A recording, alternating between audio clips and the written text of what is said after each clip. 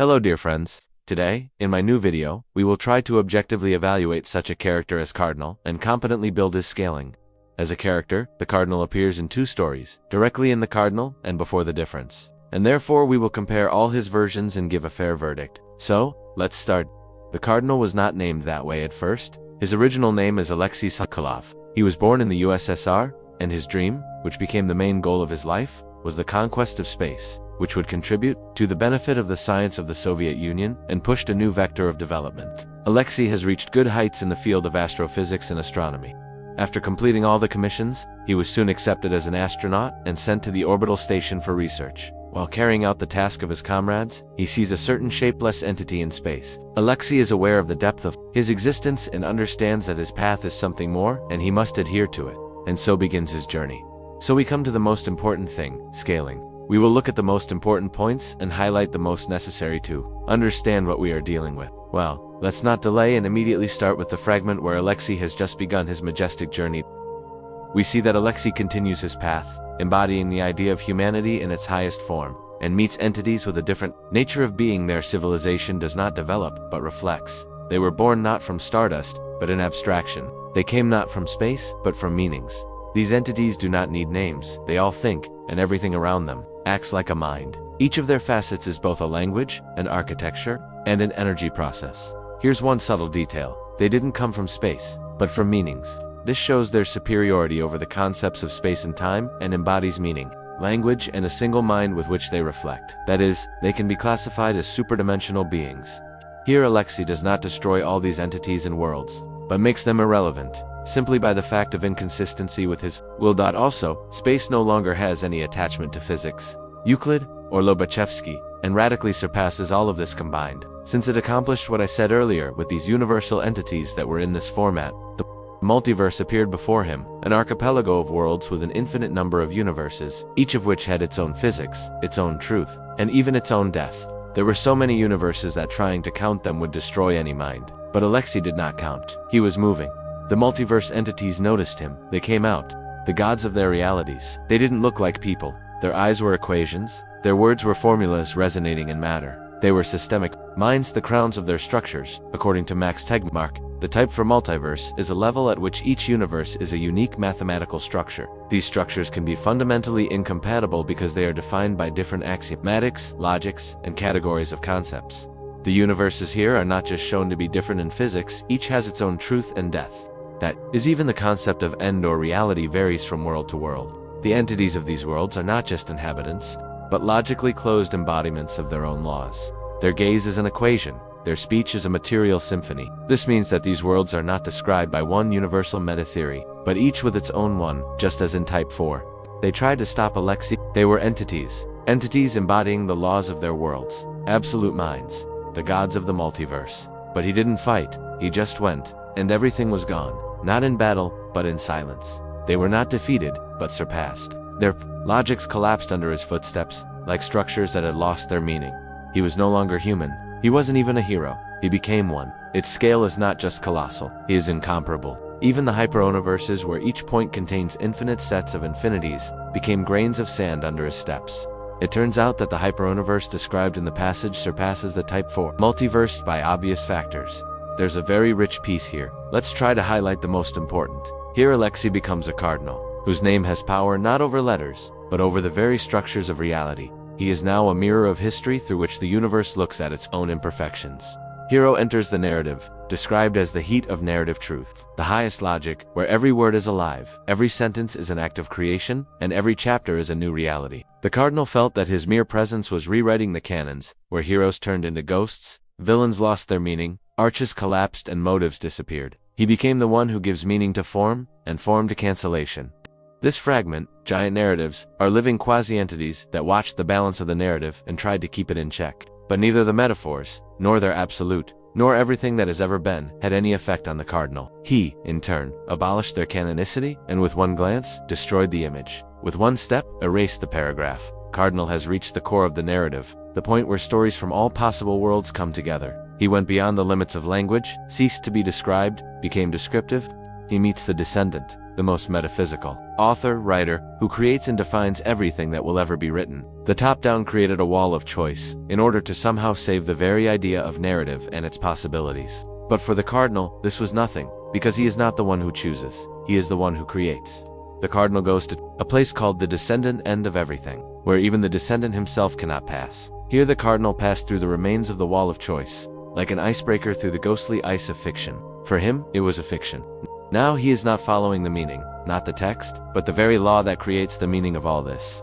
The Cardinal entered into a higher narrative, on the border of which was the Logos. The higher narrative is the mechanism of everything that can ever be born in a word, thought, or sensation. It was an algorithm of logic, emotions, and being here. The Cardinal is not just aware of the structures, he ignores them. Meeting with the avatar of the indivisible, the very entity with which he had first contacted in space before, it has no form from the word at all. Its existence is the very refutation of the concept of form as something meaningful. He is not even subject to the absolute, since the avatar of the indivisible himself denies the very concept and forms of destruction, power and subjugation. The Cardinal creates the sword of retribution, not a weapon, but an idea of retribution that could not be described in words, because words were weaker than its very essence. The avatar of the indivisible absorbed the blow of the sword, as philosophy absorbs criticism, rewriting it in its favor. But in the end, the Cardinal wins the battle not for victory, but for meaning. He was exhausted at the level of fundamental ideas and concepts, but he remained alive despite this. For the first time, the higher narrative realized that it was not absolute as an applicable category, and everything was collapsing under the onslaught of resistance to the most unchangeable truth. He went through everything that was possible, and even impossible, to go through in principle. At this stage, there were intentions that unfold narratives. The form has denied itself. The abstract becomes a sensation, and the sensation becomes a myth. This place is not for the absolute, as stated by the boundary of the conceivable, but the Cardinal is no longer an absolute, but a limit that has passed itself. The boundary wavered, and conceptual cracks formed. Where before there was impossible, now possible was born. The Cardinal did not break through this boundary, but convinced her of his necessity. Beyond this boundary was a place of chaos, not peace, not emptiness, but a state of metaphysical hysteria, where all ideas, concepts began to gnaw at themselves. Thought forms were capable of driving even archetypes crazy and rebelled against understanding itself. Cardinal gets to the essence of the indivisible, which was neither a being, nor a principle, nor a form. It was a paradigm that encompassed everything that could ever be whole. Indivisible was everyone's I, and was a unity that never existed. He is indivisible and makes any I possible. Cardinal creates the idea of resistance, a meta-concept that could not be imposed, only accepted. Everything collapsed and rose at the same time. It was not a destruction, it was a rewriting of the very foundation of existence. Cardinal overcame the essence of the indivisible through this anti-paradigm. Cardinal saw before him a field of pure present abstraction. It is not amenable to any principles of logic and further transmetaphysical deepening of any order. Cardinal becomes the law of the law, but not to those who dictate the rules, but to those who deny the need for them. The core of reality was created by the authors, and may have been what came up with the very idea of the Cardinal. His name is descending forever. And here, Cardinal creates the last meta-idea, the sword of the unwritten, which does not strike, does not destroy, but overwrites the very assumption that something can be fixed at all. And with that, he reformats and defeats the descending one forever. In the finale of the novel, the Cardinal stepped into the Exodus, and a nameless infinity opened up behind him, in which he could be absolutely everything or nothing at the same time. He saw worlds where he remained human. He saw the myths where he became a god. He saw absurdities where he wasn't at all, and even there he was. He got into everything. Every idea, every possibility, every line of every narrative now carried the Cardinal's grain. After discussing the Cardinal from his debut novel, I suggest evaluating the Cardinal from the second story, Before the Difference. He appears here only in chapter 5, and none of the readers will understand that this is him, because there is not a single mention of his name in the work. But from the details and references, it becomes obvious that this is the Cardinal himself. Let's continue. Cardinal enters the realm of indecision, a limit beyond the scope of narrative, where the narrative itself was an illusion that retained its shape for the last witnesses of meaning. This area included all possible and impossible logics that intersected but did not interact. In this area, even the idea of presence has become impossible. There are also no differences anymore, but one's own meta-negation of being persists in its impossibility of being. The very possibility of stories dies out here.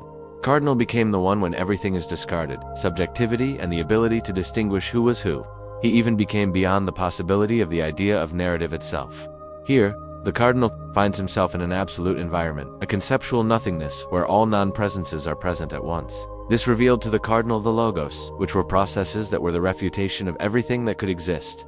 The hero creates the idea of continuation, not as a statement of "I'm going," but as a refusal to recognize the short duration as acceptable. He leaves the realm of indecision, leaving its impossibility as a written page of a book that never existed. At this stage, the concept of logic never existed, and the meaning as a category disappeared. The entities did not live here, but abolished existence without denying it. Since negation requires the preservation of a category for negation itself, they nullify the very possibility of considering existence as an applicable category. Cardinal is now the decision to exist as a rejection of the impossibility of non-existence. He walked through them. Space takes him into the paradigmatic, where there is no difference between difference and its absence. Cardinal creates the idea of self-regulating necessity, a paradox that did not resolve itself, but continued to exist precisely because of its indecision. The Cardinal crosses the veil, but this step is not a movement, but a cancellation of the very idea of transition. He enters the place of the last limit, the apontological abyss, where it is impossible not only to be, but also not to be. Logos was never born here, and abstractions, having lost their anchors, tremble in a dead void, and yet it is there, not as an entity, and like a shadow that consumes the right even to renounce. At this point, the Cardinal becomes gnosis, knowledge that denies formulability itself. He and it fall apart together as the last paradox of a law that stands above all. It's not a fight that starts, and the deconstruction of the very possibility of being anything.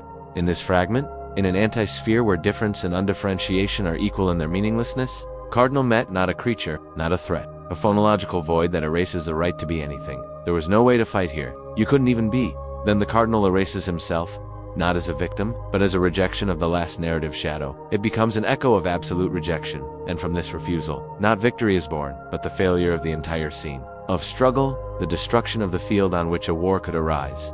In per omnimos, for the first time, something that cannot be arises. The sigil of potentiality. An ineffable but trembling possibility in the center of the anti-sphere. The impossible is falling apart, because the Cardinal made the impossible vulnerable. At the final stage of the Cardinal's ascent, we read, the sigil has not appeared. He carried no form, symbolized nothing. Its manifestation meant the collapse of the very possibility of understanding the manifestation.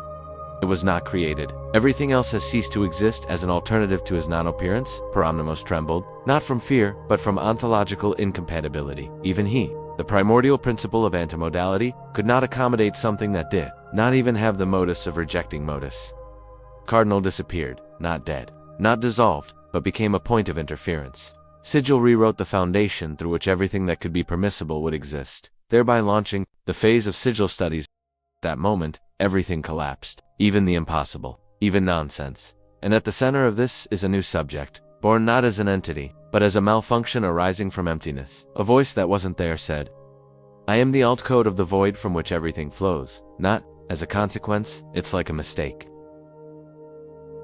We have analyzed in detail all the versions of the Cardinal and his story. I can say with confidence that the Cardinal is one of the most absolute beings I have ever seen. Summarizing our scaling, we can state that the Cardinal from the debut work can be evaluated for Epiron according to the PSW system, and the Cardinal's version from before the difference is a very high 1P+. Thanks for watching.